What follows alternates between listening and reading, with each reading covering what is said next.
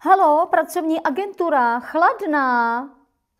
Ano, hledáme do našeho mladého týmu, ano. Ano, a váš věk? No to nevadí, dobře, tak já se budu ptát a to jméno? Ano, dobře. Děti máte? Malý. Dobře, řidičák. Máte auto? A bakalářka jste aspoň nebo magistra? Magistra, no to je krásný. Stres zvládáte? Výborně. Kolika jazyky mluvíte? 6, tak to... Ano, scháníme někoho, kdo je loajální. Výborně. Flexibilní. Ano, na 8 pozic tak zhruba. Excel.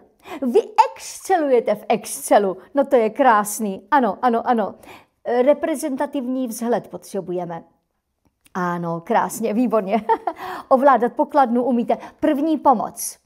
Výborně, ano. Základy bojového umění. Taky by tam bylo? Já jsem to věděla. Vy jste náš člověk. Praxe 15 let. Máte? Výborně. Dokonce v oboru. Výborně. No. tak to, jak to tady takhle vidím, mladá paní, mám tady něco pro vás. Absolutně něco speciálního.